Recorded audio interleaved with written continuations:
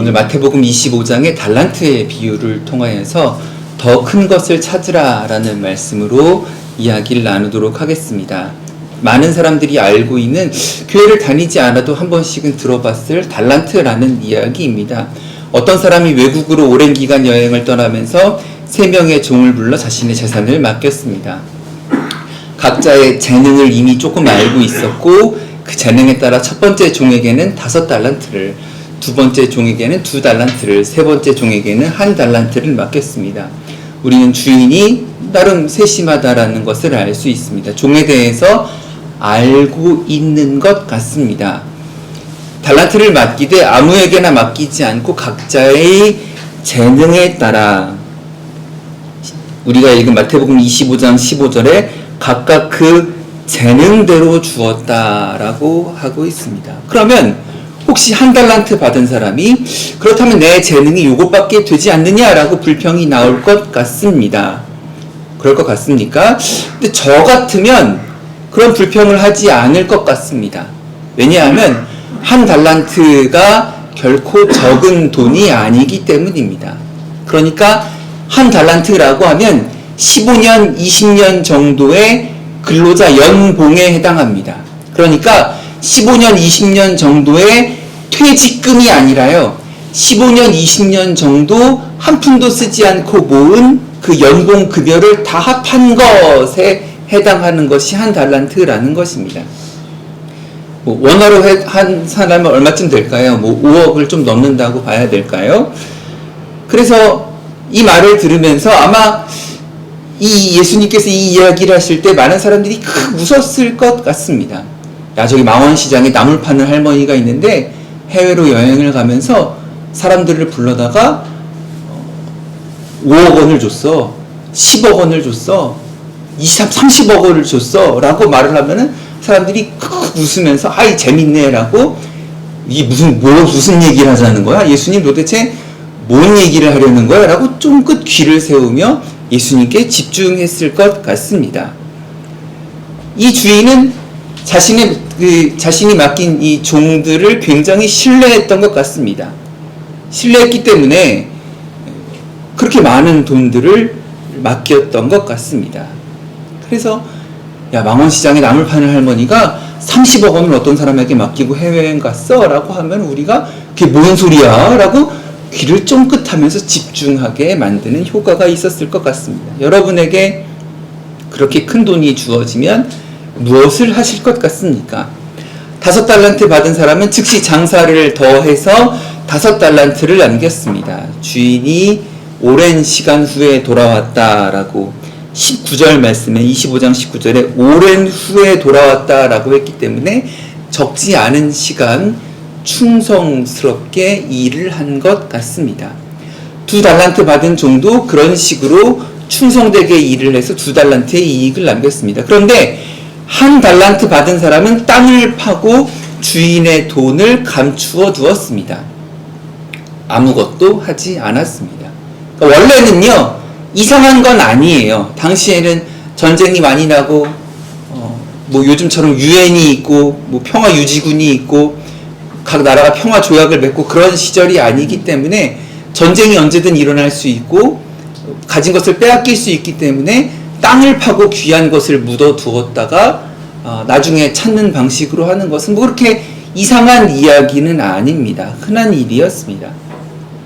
자, 이제 주인이 돌아오는 19절에 이야기한 오랜 시간, 알 수 없는, 우리가 짐작하기 조금 어려운 아주 긴 시간이 지난 후에 마침내 주인이 돌아와서 종들을 불러 결산을 합니다. 이 결산이라는 것은 그리스 나란 말 로고스, 로직, 논리적으로 정돈해서 바르게 이야기를 한번 끌어가 봤다라는 것입니다. 더 나아가서 단순히 누가 얼마를 벌었는가를 계산하는 것일 뿐만 아니라 어떠한 삶을 살았는가 짚어보고 한번 이야기를 해보는 시간이 되었다라는 것입니다.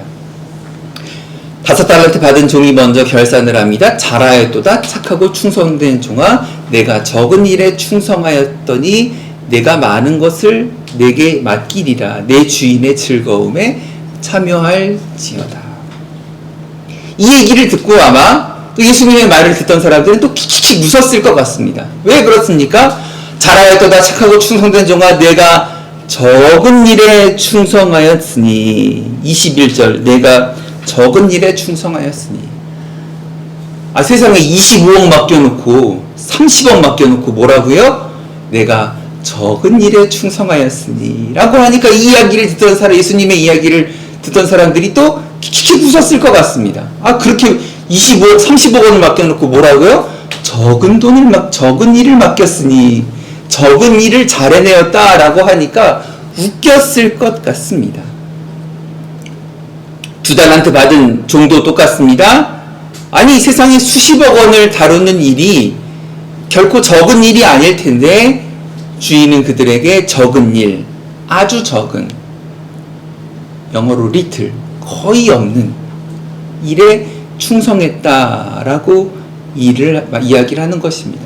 저는 지금 25억, 수십억 원이라고 말을 하지만 연구하는 학자들에 따라서 1조라고 말을 하는 학자들도 있습니다. 요즘에 어떤 일반인이 1조를 그냥 가지고 있습니까? 이 말도 예수님이 너무 뻥튀기를 해서 재미있게 이야기를 하시는 거죠.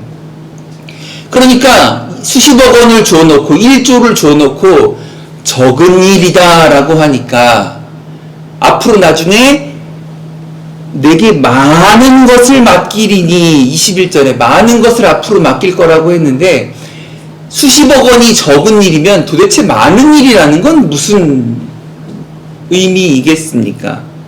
앞으로 그들에게 맡길 일이 어마어마하다라는 것을 생각해 볼 수 있을 것 같습니다.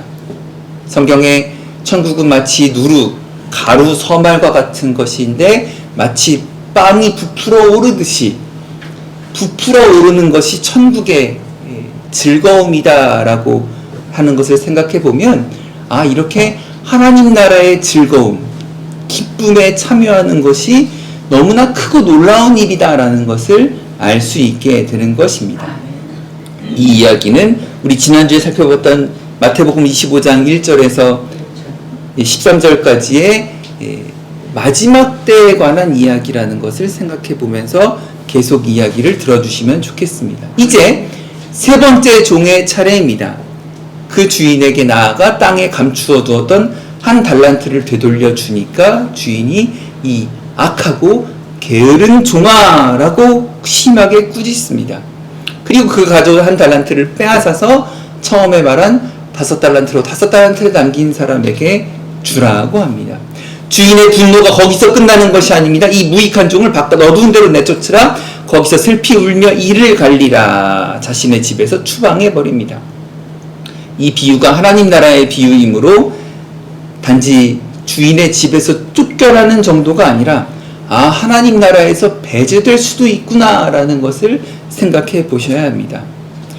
그러니까 5달란트 받은 사람, 2달란트 받은 사람에게는 이 이야기가 희극이지만, 개그 콘서트처럼 재미있는 이야기이지만, 1달란트 받은 사람에게는 비극, 철저하게 슬픈 이야기입니다. 오늘은 여러분 추수감사 주일입니다.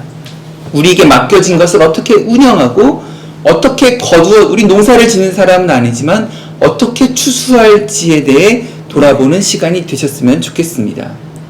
여러 가지 변화가 있는데도 불구하고 교회 식구들이 잘 따라와 주셔서 너무나 감사한 마음입니다. 특별히 우리는 이번 추수감사절에 어려운 이웃을 돕기로 했습니다. 말씀드린 것처럼 고아원, 보육원에 해당하는 작은 시설에 우리 다 같이 가서 직접 보고 같이 기도하는 마음을 가지셨으면 좋겠습니다.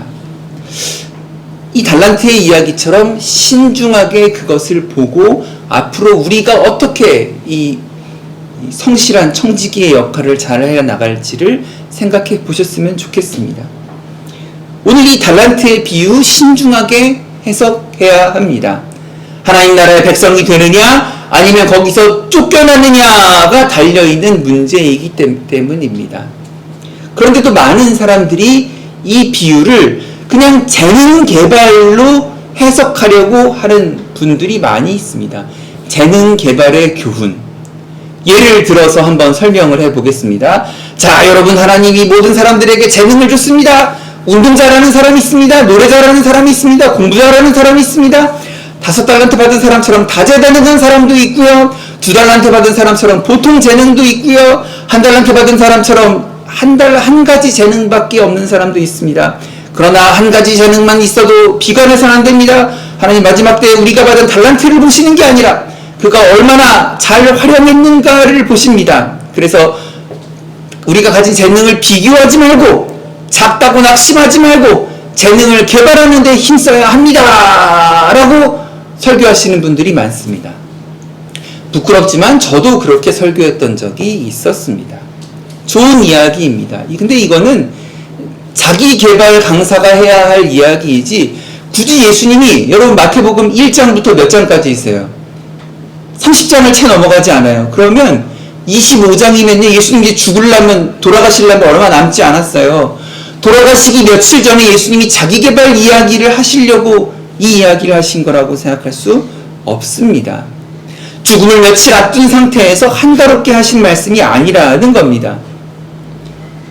그래서 어떤 사람들은요 이 이야기를 자기 개발 아니고 재능 개발 아니고 교회에 필요한 은사다라고 해석하시는 분도 있습니다. 이것도 한번 예를 들어보겠습니다. 교회 안에는요 전도 잘하는 사람이 있습니다. 찬양 잘하는 사람이 있습니다. 봉사 잘하는 사람이 있습니다. 다양한 은사가 있습니다. 교회를 섬기기 위해 각자 받은 은사가 다양한데 다른 사람 은사 부러워하지 말고 자기 은사를 귀히 여기시기 바랍니다. 그 은사 개발하는 게 중요합니다. 하나님 마지막 때에 우리에게 맡기신 그 은사를 결산하실 것입니다. 작은 은사를 받았어도 교회를 위해서 은사를 잘 사용하세요. 찬양 인도하세요. 봉사하세요. 전도하세요. 큰 상을 받을 수 있습니다. 큰 은사라도 땅에 파묻은 사람은 꾸지람을 듣게 될 것입니다 라고 설교하시는 분들도 많이 있습니다. 다행히 저는 이렇게 설교한 적은 없는 것 같습니다. 근데 이것도 사실은 자연스럽지 않습니다. 은사라는 것은 기프트, 선물로 주신 것인데 은사를 주시고 이것을 결산한다라는 것도 자연스러운 이야기가 아닙니다. 모든 초점을 너무 교회에다가 맞춘 해석에 해당하는 것입니다. 그럼 어떻게 해야 합니까? 여러분 혹시 김장 담그셨습니까? 안 담그셨습니까? 한번 따라해 주시기 바랍니다. 겨울만 준비할 게 아니라 말씀도 잘 준비합시다. 좌우 두 분 이상에게 인사하실 때 말씀의 계절을 준비합시다. 한 번 더 좌우 두 분 이상에게 인사하시겠습니다. 말씀의 계절을 준비합시다. 조재웅 지사님 밖에 누구 오신 건 아니에요? 예. 김장을 10포기를 담갔던 5포기를 담갔던 20포기를 담갔던 다 귀한 김치, 다 맛있는 김치입니다. 그런데 오늘 이 달란트의 비유는 예수님의 어떤 의도가 있어 보입니다. 말씀드린 것처럼 예수님 돌아가시기 며칠 전에 한 귀한 말씀입니다. 이 비유에는 3명의 사람이 3명의 종이 나오지만 사실은 두 부류의 종으로 나눠집니다. 칭찬받은 종과 칭찬받지 못한 종, 착하고 충성된 종과 악하고 게으른 종, 이렇게 둘로 구분되는 이유는 달란트를 추가적으로 남겼느냐 남기지 못했느냐에 있지 않습니다. 그거는 결과일 뿐이고 남겼다 안 남겼다가 중요한 게 아니라 그 중간에 있는 이야기가 중요한 것입니다. 우리는 먼저 종들에게 자신의 소유를 맡겼다라는 사실에 주목해야 합니다. 자, 이야기의 본론으로 들어갑니다. 맡기다라는 것은 전적으로 위임한다라는 이야기입니다. 주인은 이 사람들을 전적으로 신뢰한 것 같습니다. 그래서 그 큰 돈을 그렇게 전적으로 맡긴 것입니다. 적어도 이 주인이 없는 동안 그 돈은 이 사람들의 소유처럼 사용한 것입니다. 그렇게 상호 계약이 체결되어 있는 상태인 것입니다. 자신에게 맡겨진 달란트를 자신의 재산처럼 신실하게 운용하고 사용해야 합니다. 5달란트 받은 종과 2달란트 받은 종은 그렇게 했습니다. 그런데 1달란트 받은 종은 그렇게 하지 않았습니다. 주인을 신뢰하지 않은 것 같습니다. 처음부터 주인과의 계약을 믿지 않은 것 같습니다. 24절, 25절 보니까 당신은 굳은 사람, 완고한 사람이라고 말을 합니다.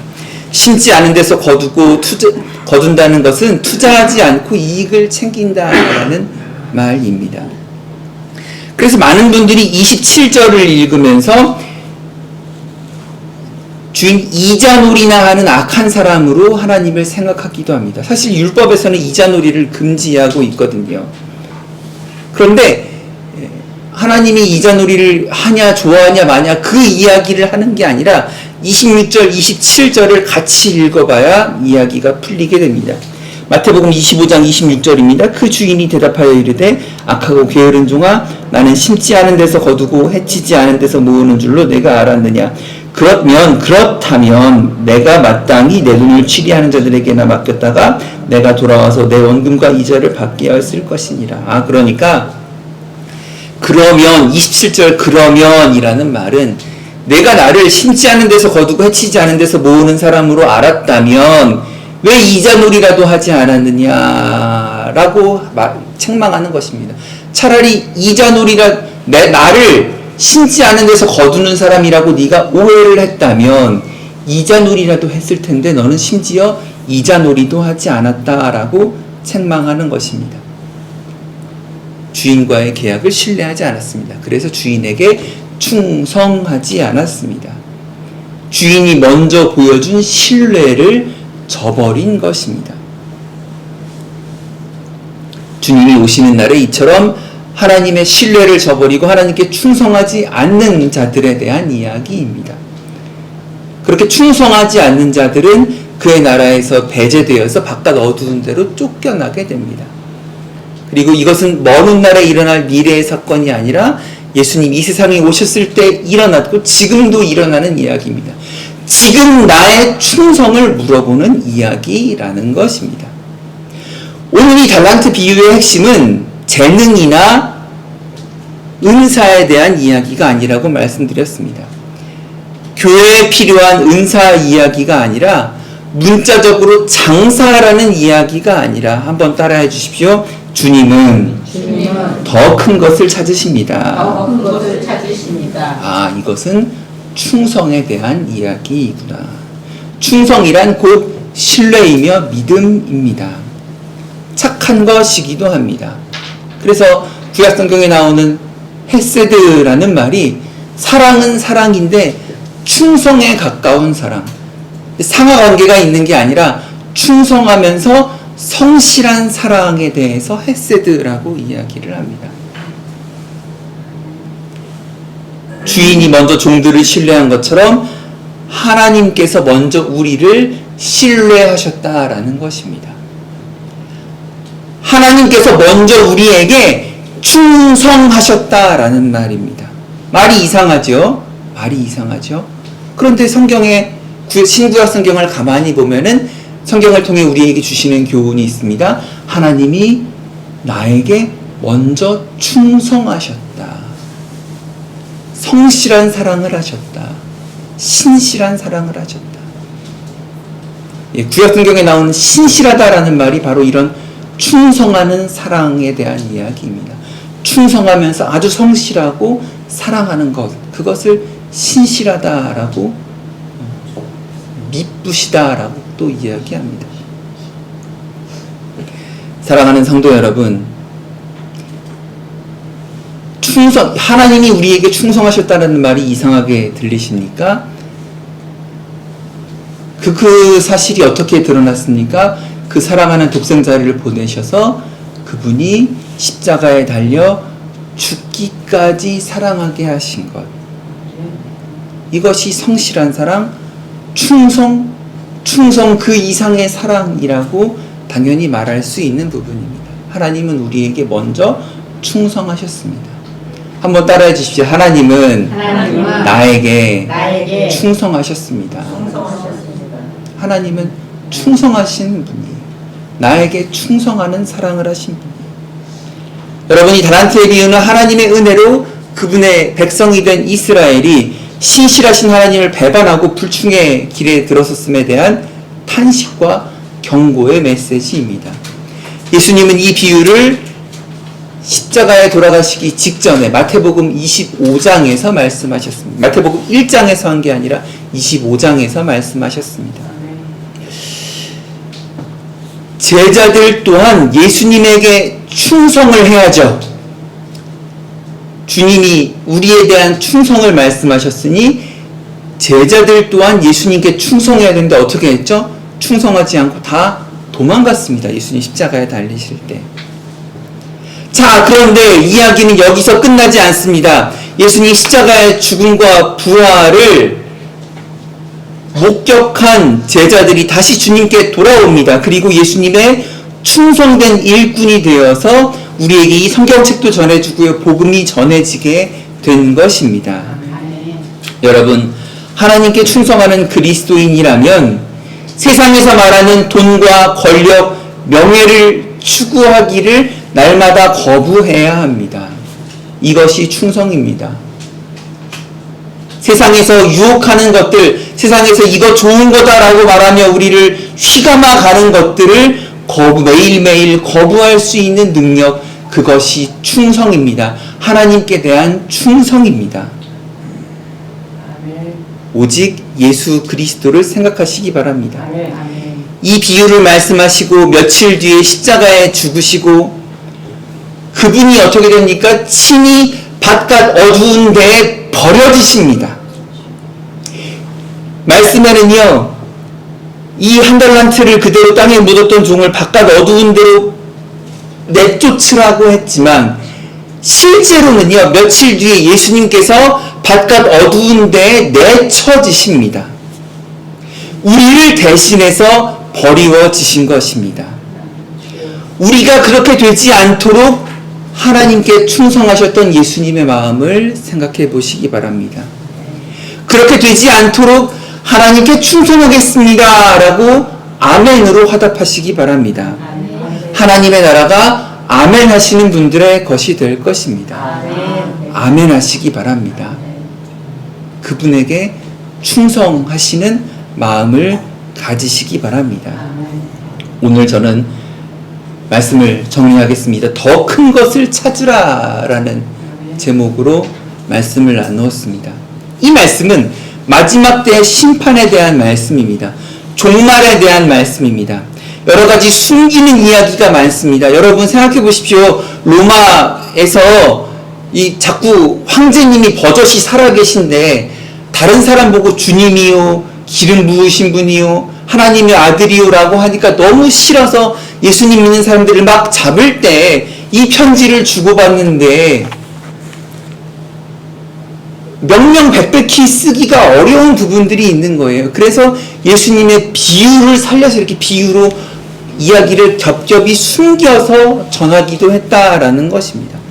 말씀을 보면서 신비한 일들을 캐내고 알아가야 합니다. 마치 제가 요즘 며칠 동안 계속 고구마를 캐면서 힘써 고구마 줄기를 뽑아 올리는 것처럼 말씀을 파서 말씀에서 신비한 이야기들을 건져 올리셔야 한다라는 것입니다. 이것은 마지막 때에 대한 이야기, 신비한 비밀의 이야기라는 것입니다. 두 번째로는 우리를 신뢰하며 맡기신 것이 있다는 것입니다. 어느 날 혹시 집에서나 교회에서 기도하실 때에 기도하다가 잠깐만 눈을 뜨고 여러분의 손을 보시기 바랍니다. 기도하다가 한번 손을 보세요.